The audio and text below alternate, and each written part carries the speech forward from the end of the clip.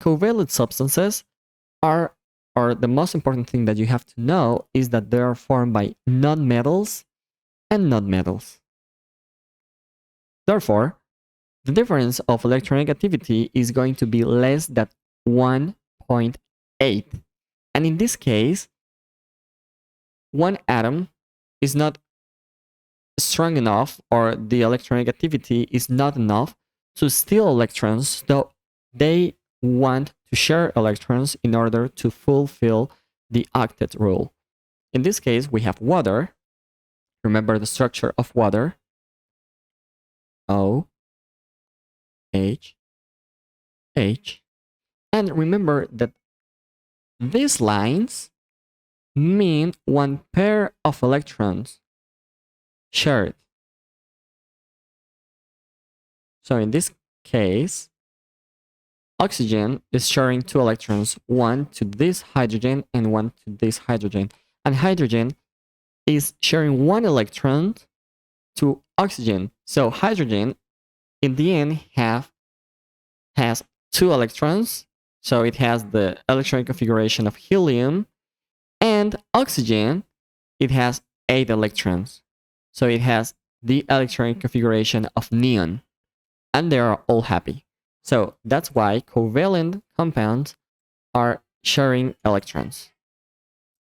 Good. Now, there's another thing that we have to take into account here, and is look at the boiling points of the substances. In this case, water has a boiling point of 100 Celsius, ammonia minus 33, carbon dioxide minus 78, and nitrogen minus 195 Celsius. So compared to ionic compounds, these kind of substances have lower melting and boiling points, and it all has an explanation, and it all has to do with the attraction forces between molecules. So let's go back to the water molecule and pay attention here, because this is a key part. So oxygen bonds through covalent bond to hydrogen, and this forms a molecule. And this molecule is held together by covalent bonds. Now, that's pretty nice, but let's think about what happens when we have another molecule of water here. If we have many molecules of water and those molecules, inside the molecules, they are still, or the atoms are held together by or through covalent bonds. But these molecules can move. It's not like the ionic compounds. Remember that the ions here are held together and they're in this crystal lattice. But in covalent substances, we don't have those crystal lattices, or at least in these simple molecules. But let's look that this molecule, let's say molecule number 1, molecule number 2, number 3, those molecules can move. So look that there is an attraction between those molecules. And look that these molecules, or inside each molecule, the oxygen is more electronegative than hydrogen. So the electrons are going to be closer to oxygen than in hydrogen. So this leads that oxygen has a partially negative charge and hydrogens have partially positive charge. Remember that this is more negative, or the oxygen is a little bit more negative than hydrogen, because this is more electronegative. So the electrons spend more time near oxygen than hydrogen. So same thing here, and this hydrogen here is partially positive. So these ones, oxygen and hydrogen, will feel an attraction force, and this attraction force is called hydrogen bond. But this hydrogen bond is what we call, or is one of the so-called intermolecular forces, and we call intermolecular forces because it's happening between molecules. So between molecule number 1 and molecule number 3, there is an attraction between them. So that attraction is what held together molecules in our covalent substances. Now, look, the covalent bond is right here between oxygen and hydrogen. But the way those molecules are held together between them is through intermolecular forces. And those intermolecular forces can be weak or very weak. So let's try to think about something here. Particles involved in the covalent bond are atoms, right?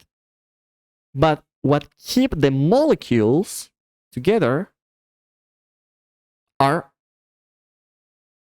weak attraction forces. So let's try to think that the attraction forces between molecules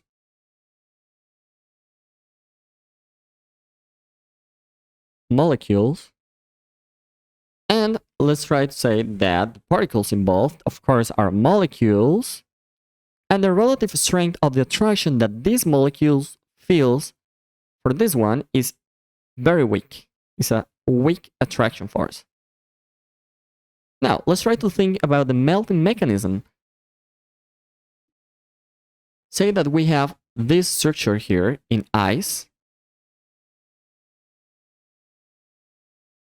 And if we want, remember that in ice, this is very rigid, but if we want to make it move, to make the molecules of water free to move, so we have to apply energy. But when we apply energy, we are not breaking those bonds here. When we are applying energy, what we're actually trying to do is get rid of these attraction forces here, break these attraction forces.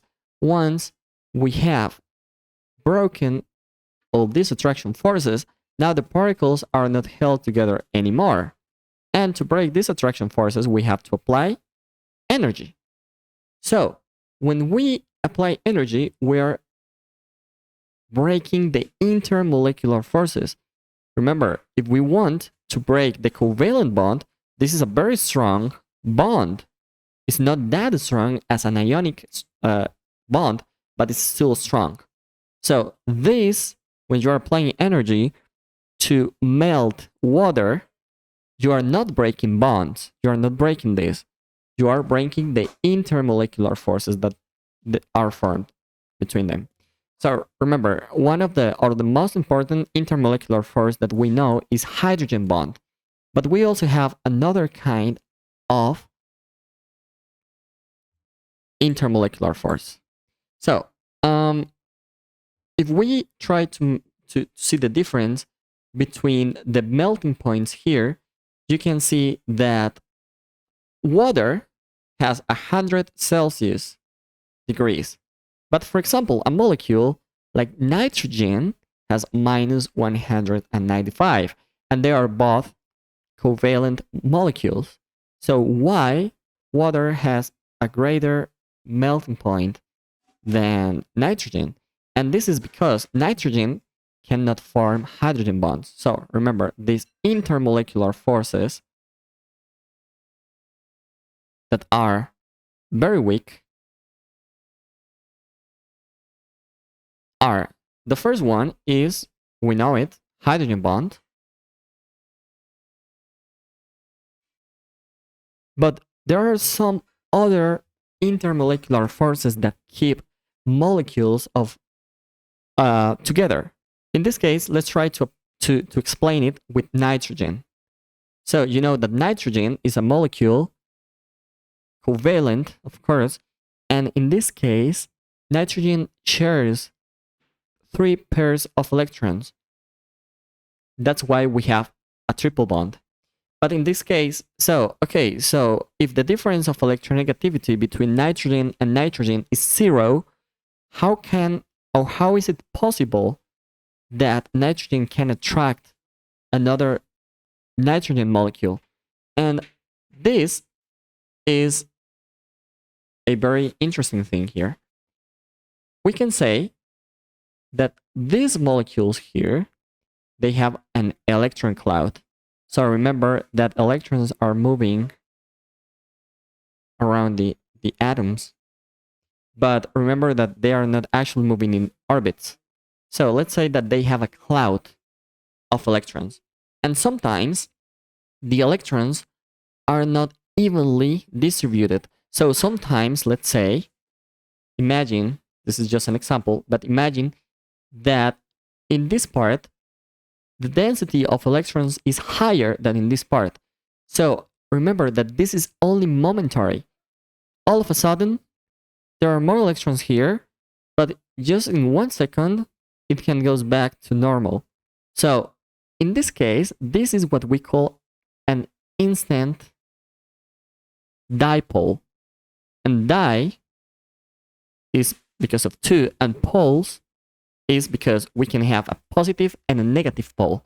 So in this case, we can have here a momentary negative pole, and in this case, we will have positive pole. So this negative charge is pulling or repelling these electrons here. So these electrons are going this way. And so since those electrons that were here are now here,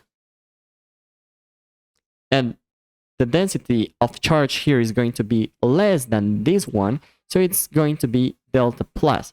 And this momentary or this instant dipole is going to attract the molecules because this is negative and this is going to be positive. But this is just instant. It happens and then it comes back to normal. So the interesting thing here is that this force is weaker than hydrogen bonds. And this force, which is weaker, we call it London dispersion forces. And London dispersion forces have to do with instant dipoles. Remember that in the case of water, water is always a dipole because a molecule of water in the oxygen, it has a negative charge always because oxygen is more electronegative than hydrogen. So water has a permanent dipole, whereas nitrogen has an instant dipole. So molecules that are formed by the same element have instant dipoles. But these ones here has permanent dipoles. And these ones, that's why water can form hydrogen bonds. But these ones cannot. So these kind of molecules have weaker forces that are called London dispersion forces. Now, let's try to think about the electricity conduction. Do they conduct electricity? The answer is no. Covalent substances do not conduct electricity. And this is why they do not conduct electricity because they do not have ions. Look, they are sharing electrons, so there is no way that they have ions, nor free moving electrons. So we don't have particles responsible of conduction. Let's move now to giant covalent. In this case, giant covalent structures such as diamond, graphite, or silicon dioxide, remember that this is the only thing that you have to memorize for the GCSE, and these are the three only giant covalent structures that you will need to memorize. Look that the melting points are very high, and look that every single atom here is bonded through covalent bonds to another atoms. So in yellow, I'm going to put the bonds. Or remember that we have continuous lines here. Remember now that graphite has layers. And in these layers are formed by hexagonal rings of carbon. Look at these hexagonal rings here. And all of these carbon atoms are bonded by covalent bonds. But there is something very interesting in graphite, and it's that graphite can actually have intermolecular forces, or there are attraction forces between a layer and another layer. And these ones are put in dotted lines, which means attraction. Since these attraction forces are weak compared to the covalent bond, we can actually break those forces easily, and that's why graphite, or the layers in graphite, can slide past each other, because the intermolecular forces that are keeping the layers on the same place are very weak. So when we apply some energy or effort, what we do is just slide the layers past each other. So the layers slide, and this is very easily because the intermolecular forces, or the weak forces that are keeping them together, are that weak. But it's very different if we try to break the bonds.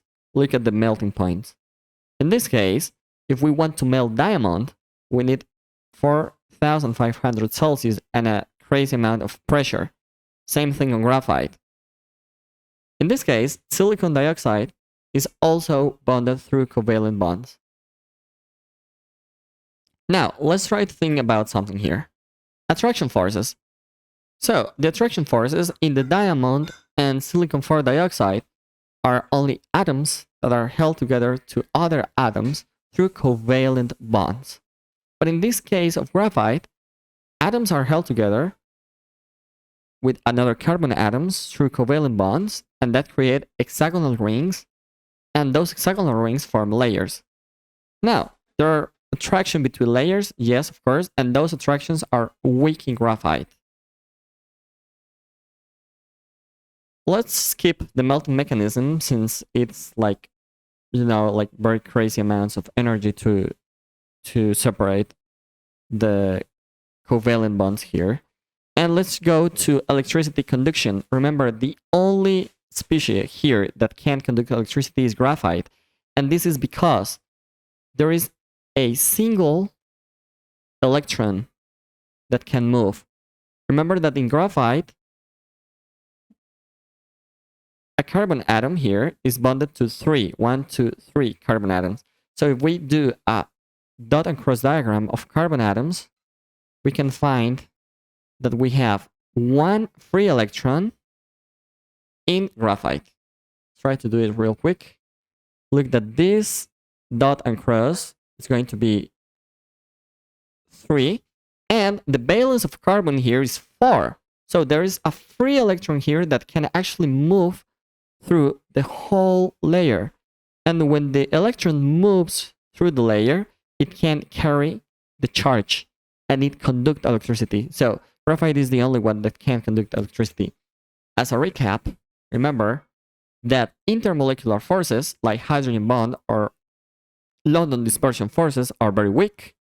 Covalent bond is a very strong bond, and ionic and metallic bonds are the strongest.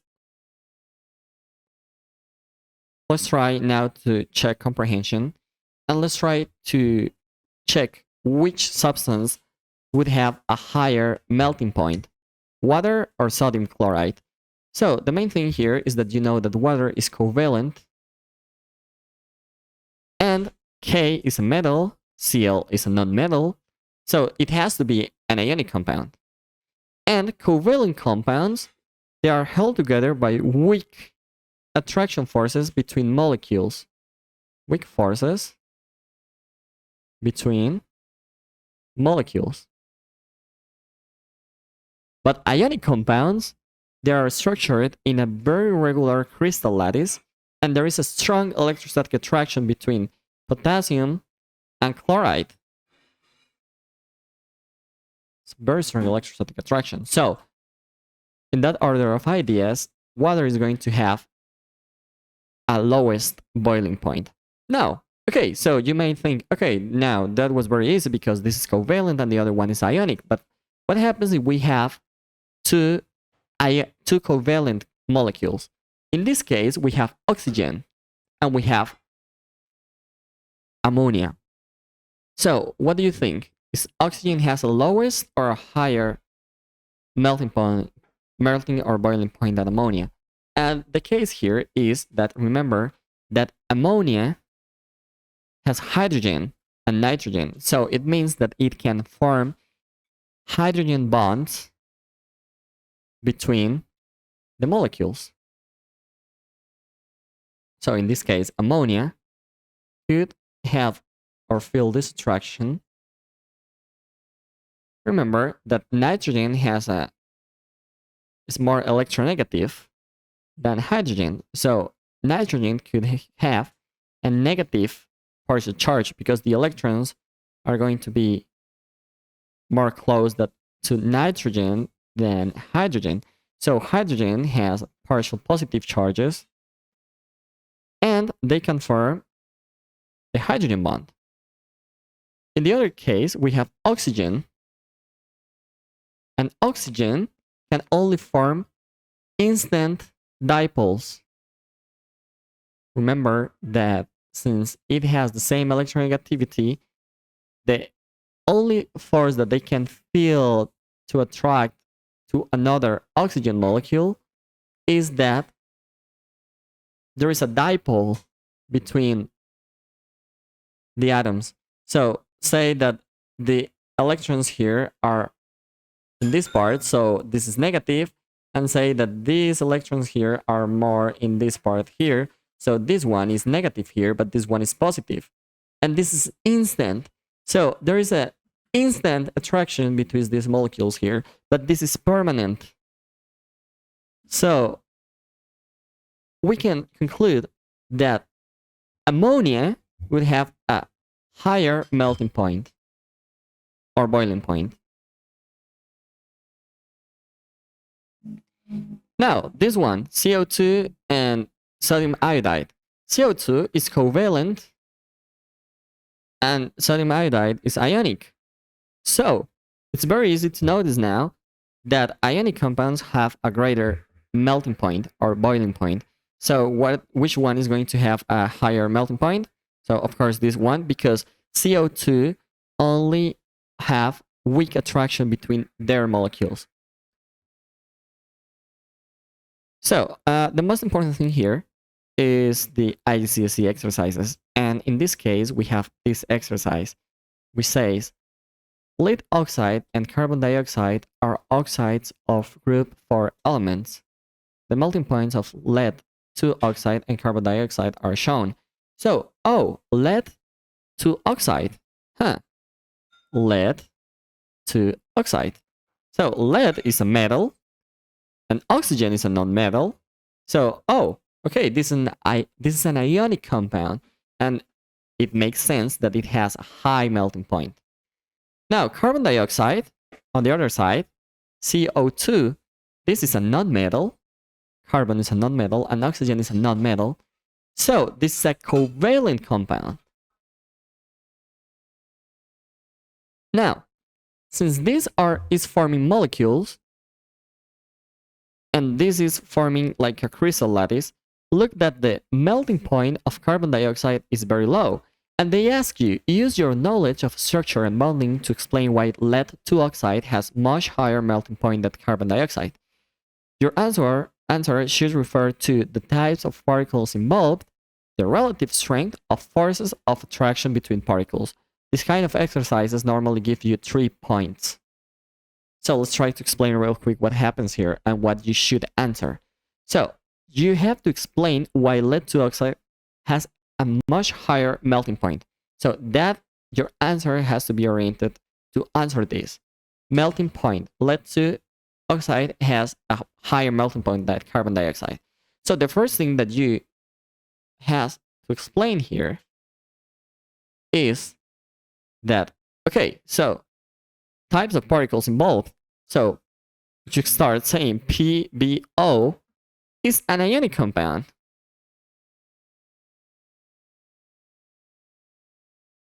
And CO2 is a covalent molecule. Now, you already stated the type of particles involved, but now you have to say, okay, the relative strength of forces of attraction between the particles. Now, PVO has PB, and they say 2. Let 2. That means that the oxidation, the charge is 2 plus, has 2 plus, PB 2 plus, and O2. Oh, I'm sorry. O2 minus ions that are attracted strongly by electrostatic forces.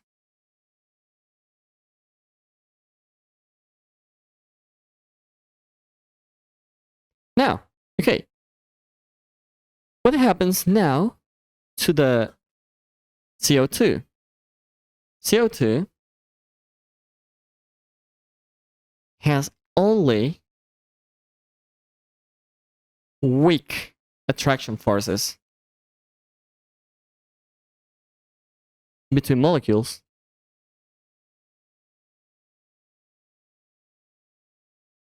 And now that's why CO2 has a lower melting point. So, key things here is that you say, okay, you can difference that this is an ionic compound, that this is a covalent compound, that PBO, so this is 1 mark. This is 1 mark. The other thing that you have to mention is that it has a very strong electrostatic attraction between them. Since it is ionic, that's the 2nd mark. And the 3rd mark will be given when you mention that there is only weak attraction forces between the molecules in CO2. So I hope you guys have enjoyed this video and you have learned a lot. I hope to see you soon.